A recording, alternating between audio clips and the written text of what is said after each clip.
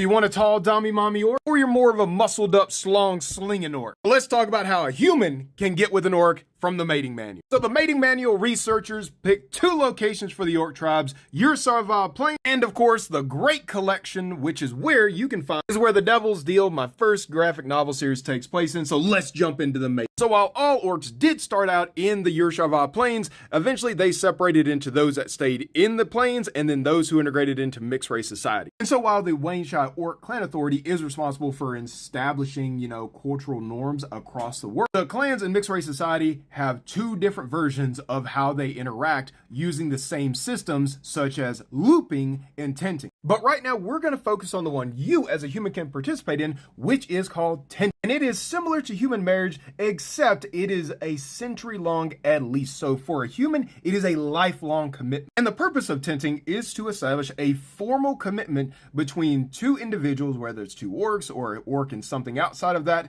to basically cohabitate with each other, and that will allow them to gain access to the clan's resources, such as raccoons, which are basically kind of like apartments or dormitories for orc citizens. However, this does come obviously with lifelong commitments, because if a non-orc is, integrated into it, then you now have to basically be in a militia should you be called upon. And if your partner happens to die, you are now something known as a grave guard that is solely responsible for ensuring the upkeep of the gravestone of your partner. The clans also have a massive amount of influence with their policies for clan members, and if you become one, you have to follow these policies. So let's jump into some of these policies that are actually kind of trending in orc society. And I want to know if you think this is too intrusive. The first policy is called back to front door preference. And this policy simply states that because both male and female orcs can get more pleasure from the back door, because as we've discussed in the actual anatomy videos, that the sperm dome is next to the rectum, which when put pressure on,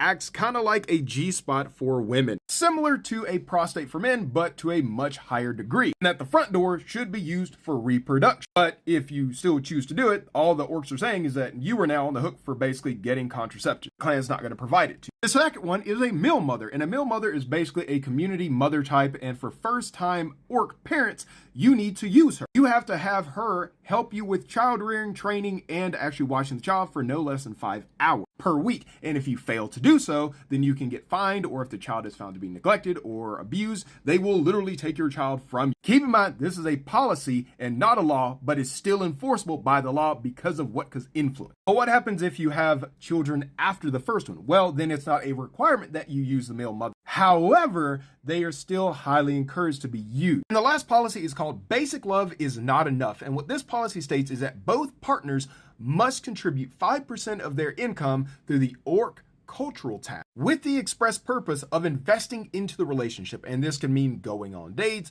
purchasing gifts, or other romantic gestures approved by the orc shaman. Some clans even have it where when you go to pay that species tax, that you have to use that clan specifically loot collector in order to basically document that you are putting the income you're supposed to into the collection pool. And you can go to them or an orc banking institute to withdraw that money. And then because people can't be trusted, at the end of the year, your partner gets a form called the Orc Tent Treatment Support, and they fill it out, which simply says, did your partner basically use the tax as it was supposed to be used for? And if you don't, then you can get in trouble, fines, and all that other good stuff. So you may be asking, if it's not a law, how come you can actually get in trouble for this stuff? And that's because of these cultural associations have so much influence. Like the forest elf and the dwarves are very, very aggressive in their policy pushing, but the orcs are actually the most intrusive into like the everyday life to life and bedroom activities of